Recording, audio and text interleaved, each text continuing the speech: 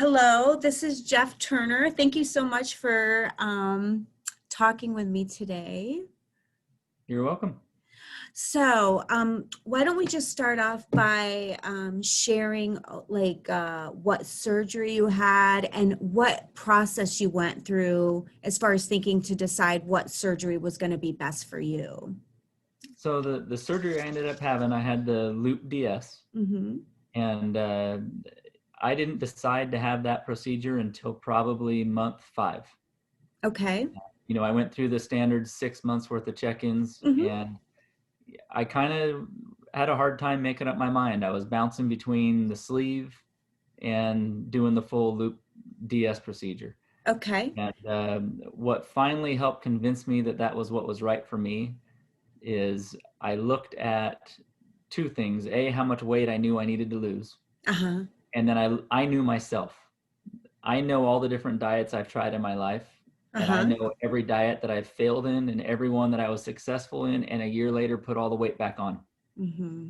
And so I wanted to do this once. I wanted to do the tool that was going to be right for me Yeah. and that gave me the best chance for long-term success Uh-huh. of keeping this weight off, knowing where my weaknesses are.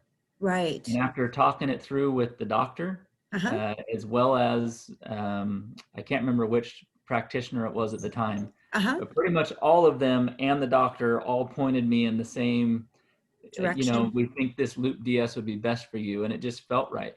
And bottom line, it came down to the stats that were given to me in the very first orientation class I attended, where we Okay. talked about the 5-year averages. Uh-huh. And it came down to those numbers. Off the top of my head, I want to say it was the sleeve one out of 3 Uh-huh. in 5 years gained their weight back, and in the Right. Loop DS it was 1 out of 20. Yeah. And so It's I a looked higher at that and success. said it blows it away. If I'm just average, these numbers blow it away. So that's Right. why I went that route. And so when you talk about the amount of weight, so how much, like when you first started, what was your initial weight and like your weight today, how much weight loss? What is all that? So at my very first, I can't remember if it was my very first appointment or if it was when I weighed myself when I had the orientation meeting. Uh-huh. But the heaviest I've ever been was 372 pounds. And at my final weigh-in at 6 months, I was 355 pounds. Oh, okay. And the day of surgery, I was 340 pounds. Okay.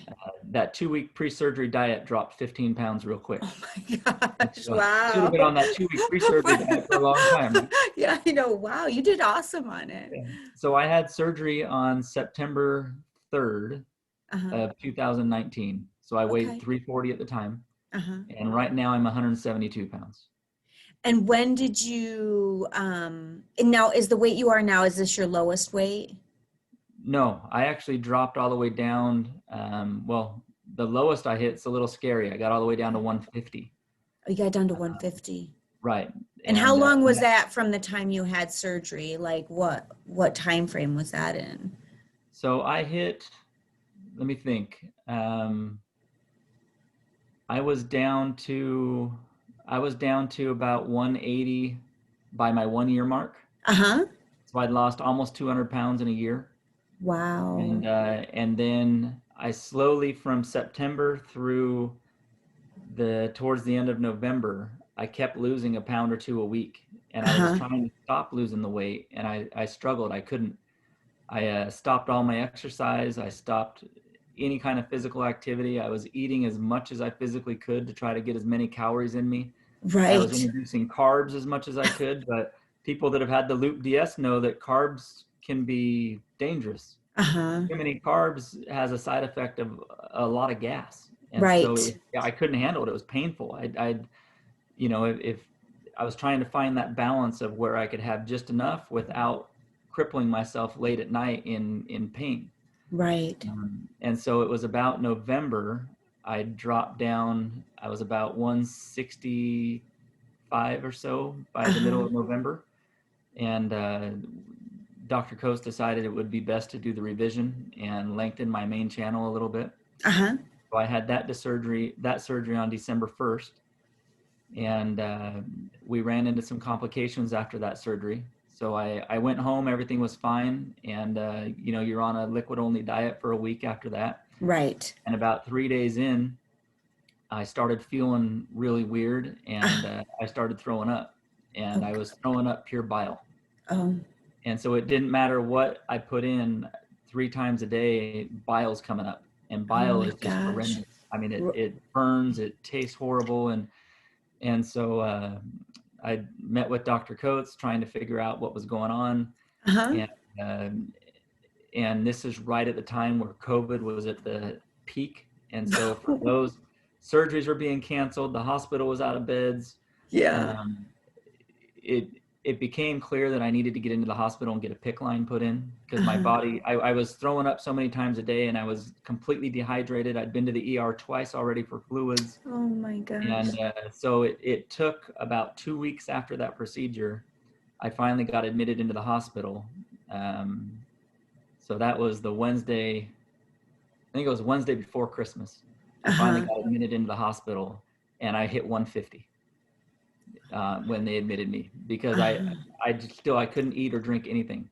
And Right. when I got into the hospital, got the PICC line installed, got TPN into my system so I could get the nutrients my body needed, all Yeah. of a sudden my body healed itself.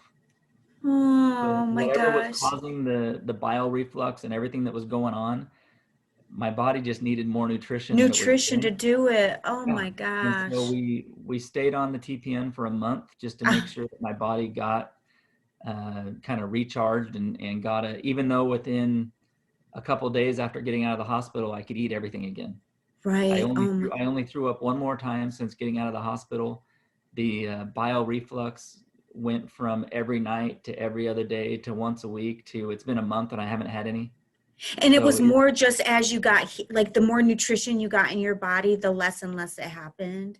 right, and I had a GI procedure where I can't remember the name of it, EGD, where they Uh-huh. bring the Yeah. scope down Uh-huh. and look, Yeah. and they found an ulcer right at the site, at the where the Okay. stomach and the surgery site. Yep. And there was evidence that that ulcer had been quite larger and was healing itself. And so it led us to believe that that's what was causing the bile, and the reason it's going away is because my body's finally healing itself. Healing itself. Oh my Yeah, and I haven't gosh. had a problem since. I haven't had any bile, no reflux, nothing. I can eat everything I want right now. Uh-huh.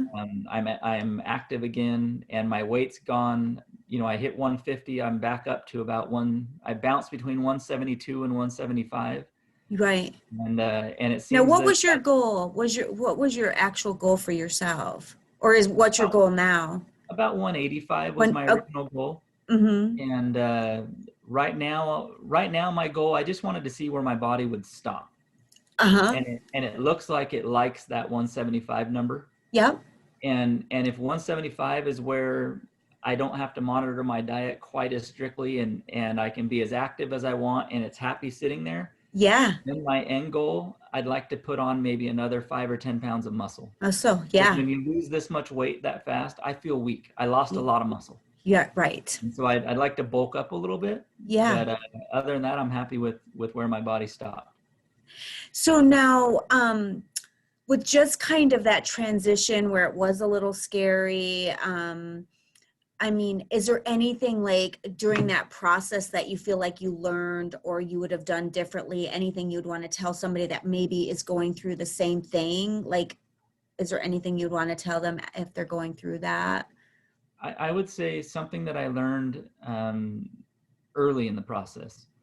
I didn't cover this in the original story, but shortly after I had the first surgery back in Yeah. September of 19, you know, there's side effects and um, challenges that can happen with any surgery, and the doctor's office does a great job warning you of what that can be, and I Uh-huh. happen to be that guy that hit every one of them, Oh, right? no, So right. if, you know, 10% of the people might get GERD, well, I got GERD, and 10% of the people might feel nauseous for, you know, extended periods of time. I was nauseous for 3 months. So Uh-huh. I kind of hit all of those things that not everybody has happened to them. Yeah.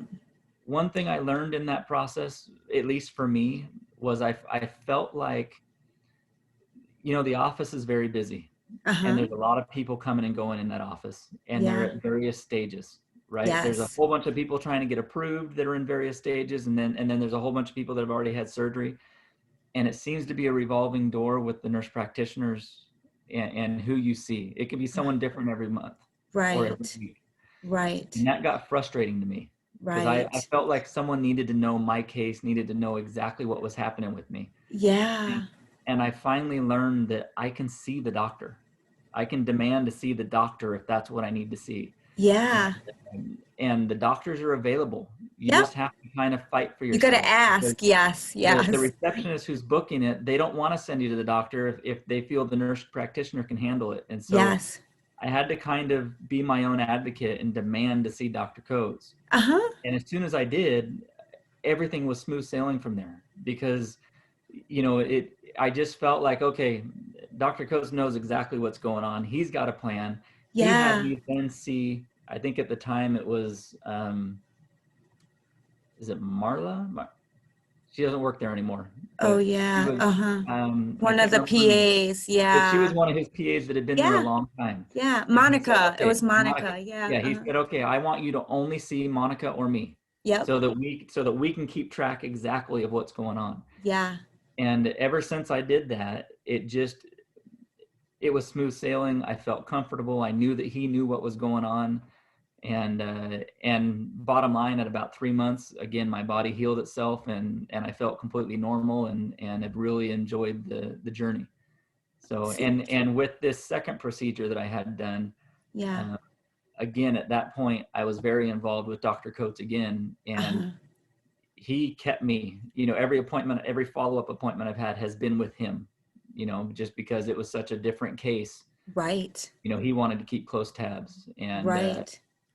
And so it just, the only advice I would give is if you are kind of, a special case or have some rare challenges and you don't feel like you're getting the care or the attention from the practitioners, Yeah. pick up for yourself and request the doctor. You can, and they Yeah. will see.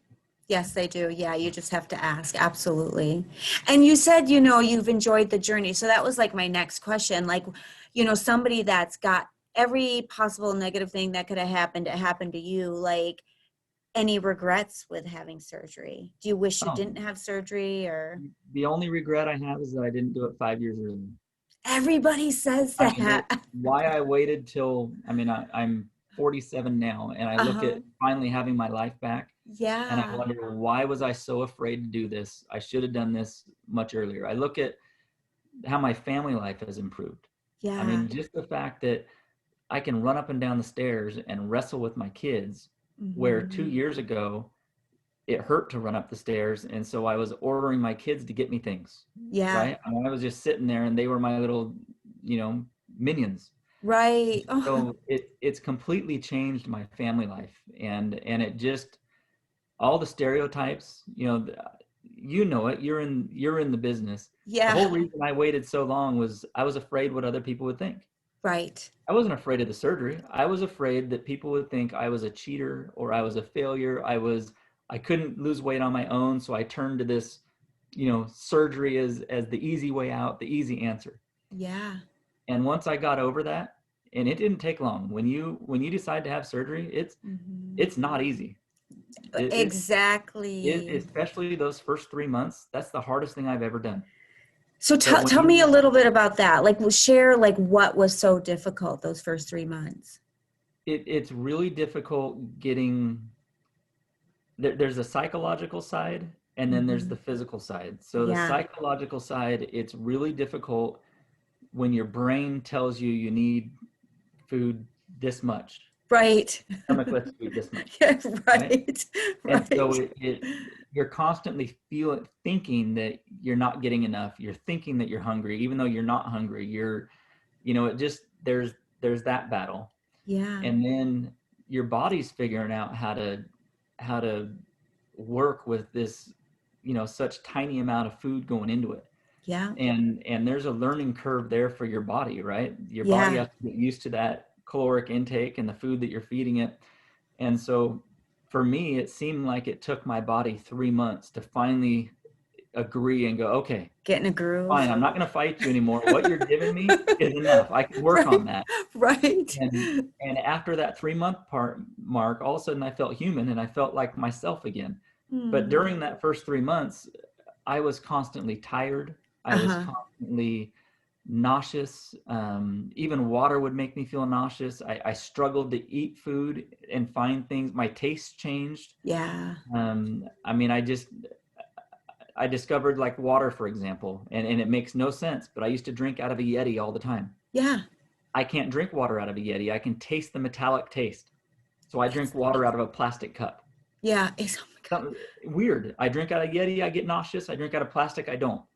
So I just learned that, Yeah. you know, and now that it's been 2 years, I can drink out of a Yeti. It doesn't bother me anymore. But at the beginning it did.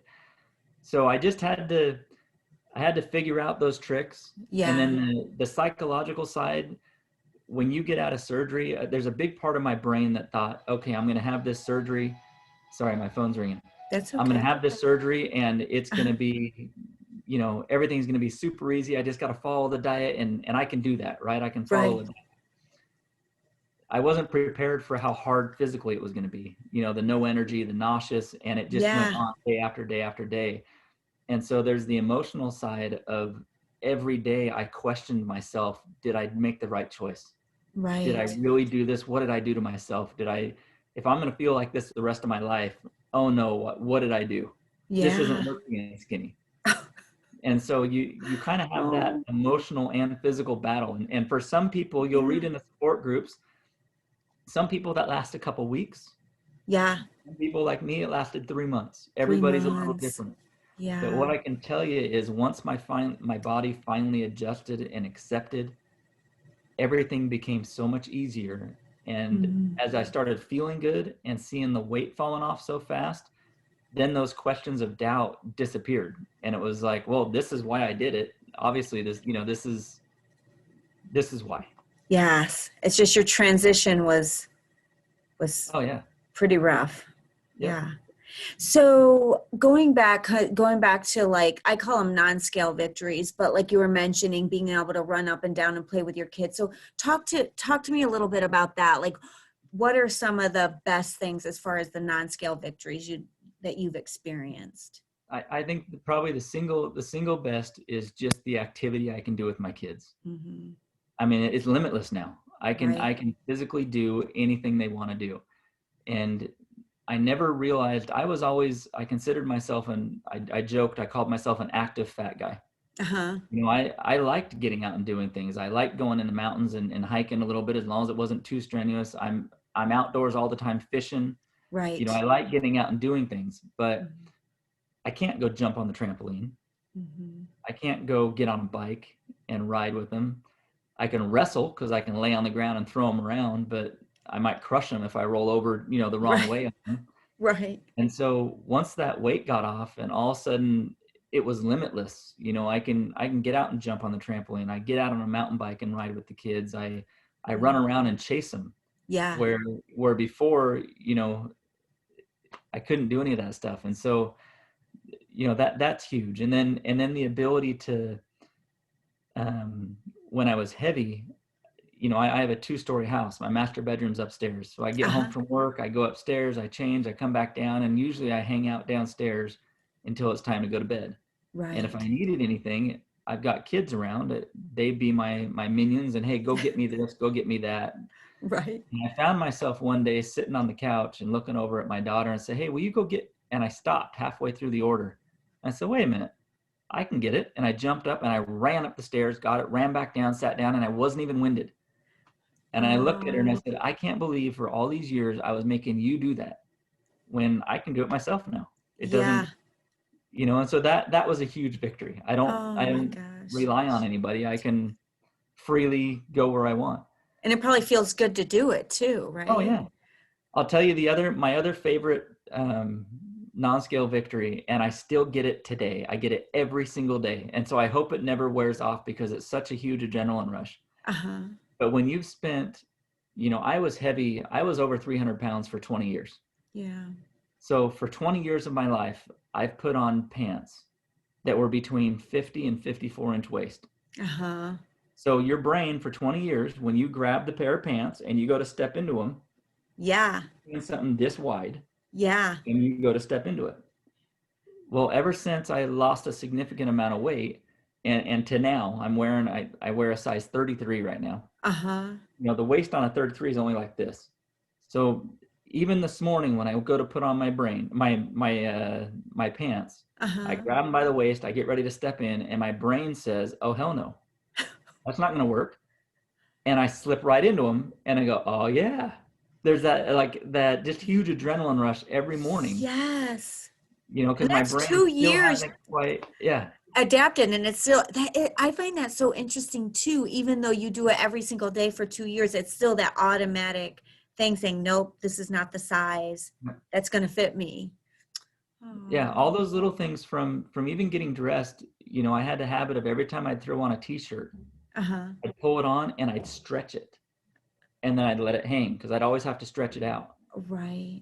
And now I don't have to do that. I throw on a shirt and it fits perfect. Yeah. Well, and then probably the other non-scale victory that is my favorite is the fact that I can buy clothes anywhere I want to. Mm-hmm. You don't realize how much you miss that when before I could only buy at the Big and Tall store or Yeah. JCPenney's online because they have a Big and Tall section. Yeah. I didn't get to enjoy any shopping.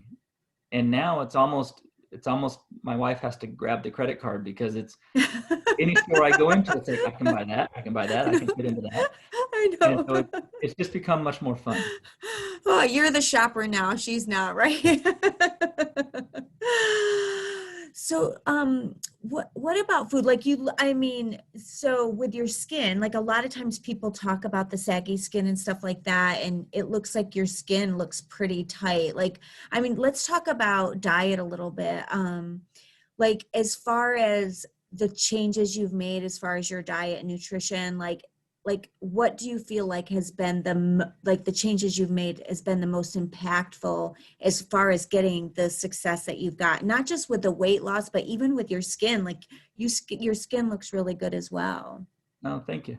Mm-hmm. So I don't know. I thinking about that from day one. I followed the diet real strict as Mm-hmm. far as what we learned in your nutritional class, Uh-huh. and so everything was protein and water, Yeah.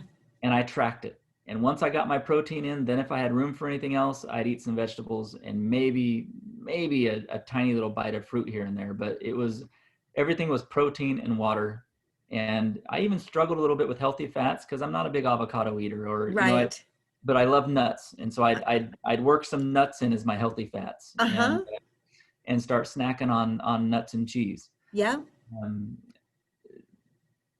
as I got to where I wanted to slow down the weight loss. Yeah. And so I was able to, stage 5, able to add some carbs and some other stuff back in. Yeah. I just kind of had to pay attention to the carbs I was eating and find that balance between what my body would let me eat. And then if I ate too much, I'd pay for it as far as, there's not much room in there anymore. So carbs cause gas. Yes. I never realized that before. You just felt bloated. Well, now Yeah. there's no room to be bloated. It goes right to gas and it hurts in Right. your intestines. It's very painful. Yeah. Yes. And so I'd say even through today, I still kind of focus on protein being number one. And then once I've gotten my protein in, then I fill it in with everything else. And I'd say the last 2 months, my diet's changed because I've gone to that mindset. I've been trying to stack as many calories as in, Mm-hmm. getting recovering from that last challenge I had. Yes. And so to be honest, the last couple of months, I don't follow a real set diet anymore, other than I Mhm. still track my protein and Right. make sure that I'm getting enough protein in the day. Yeah. But once my protein and my water's in, I enjoy fruit. I enjoy vegetables. I enjoy Yeah. fats. I even enjoy sugars, Yeah. as long as it's not too much. Right. And that's been one of the nice things about the revision as well too. The revision lets me enjoy sugar a little better than it did before. Yeah. I Just don't have sugar. because of the pain, right? What it caused. No, so my experience, at least Uh-huh. with the loop, Yeah. um, your body has a hard time digesting sugar. And so Yeah. if I ate too many carbs, I got gas pain. If I Right. ate too much sugar, my gas became extremely odorous. Yeah. Oh, So right. to the Oh, with the point that sugar it did? yeah, sugar that did that to me. So if I Wow. ate a lot of Okay. sugar, I Yeah. could clear a room. I mean, it Yeah. was so bad that I mean, like I can't even stand it. So I can't Yeah. imagine my family, right? Right. And part of this revision that I've had, giving me a little bit more intestine, that's gone away. Yes. And so I don't get the Oh, gas pains. I don't get the strong odorous gases yeah. gone. Yeah. You know, even I can tolerate a little bit more fried food than I could before. So just having Right. that little extra intestine to work with has been wonders for the diet. Oh my Uh, gosh. but I would say one big thing I've noticed, I enjoy fruit and vegetables a lot more than I did before. And I don't know if that's because I went through that first year so heavy protein and just a Yeah. little bit of vegetable to Right. where now I've allowed myself to eat whatever I want once I get my protein in. I find myself reaching at the end of the day for an apple and really enjoying the sweetness in that apple, or an orange to go with some broccoli or something, and really enjoying the flavors where I didn't used to enjoy it. It was more of a chore before. That's so interesting. Now, for your diet, like what was your thing? Like if you were to say like your unhealthy eating habits prior to surgery, like what was that before surgery? Were you a sweets person or just fast food or like I what was a little of was everything. okay. I sweet tooth like crazy, Uh-huh. and I still am today. I just have learned to I've modified it, and the little stomach helps you with that. But Right. before, if my daughter would make a batch of cookies, I'd have a dozen of them with milk. Right. Well, now I'll eat one, maybe two if I want to splurge, and I feel good and I'm satisfied and I move on. And Now, so that, mentally, did you have a hard time with that? Like with only eating one or two? at Or first, at first I did, but uh, when you eat three and it makes you feel like you're going to throw up, yeah. you learn real quick. And Yes. mentally, your brain gets to understand real quick. Wait a minute, I know I think I want that, but if I eat one more, I'm going to make myself sick. And you adapt pretty quickly. Right. Okay. And so it's I've learned to read. I've learned to read my body's signals that it's giving me, so I know when I need to stop. Right. And if you ignore those signals, you know you'll pay for it, as far as your stomach will hurt, or you'll throw up, or you'll just Yeah. feel really bad.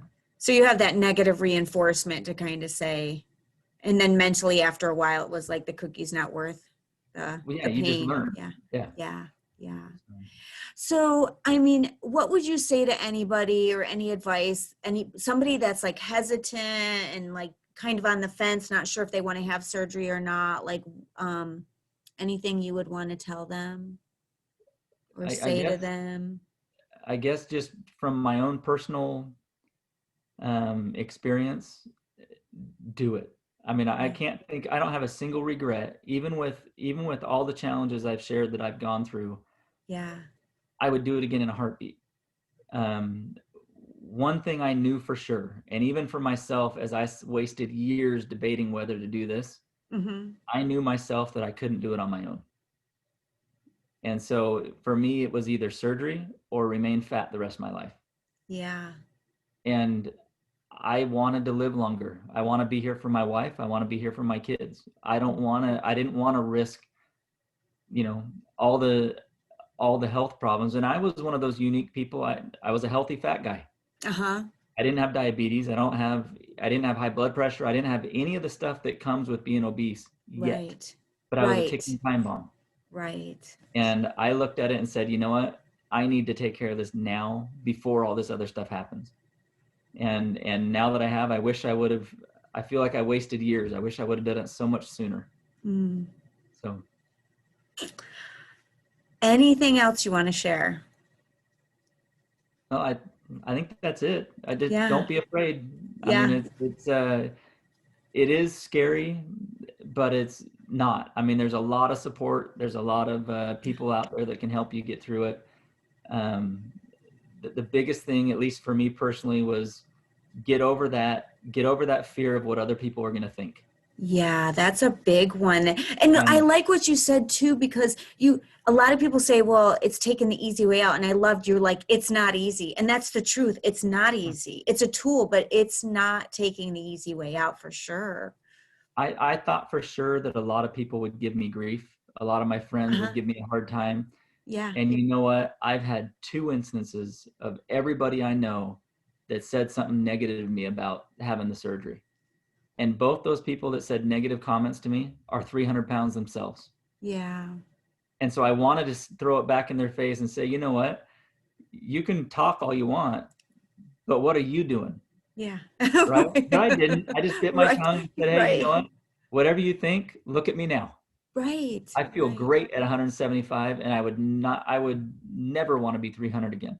Right. And so it learned to, who cares what they thought? You get so much more praise. I mean, especially with COVID that's gone on the last year, I've been Right. working from home. So I Right. don't see my coworkers. And every once in Right. a while I'll go into the office and I'll run into a coworker and they don't know me. I mean, Is they literally do not recognize me and I have to show them my badge so they know who I am. And I mean, it's been life changing. So do it. Don't be afraid. Just go through the process and get it done.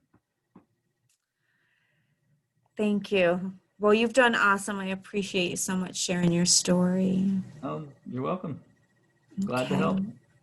All right. Well, thank you so much. All right. Have a good night. Okay. You too. Bye. Bye.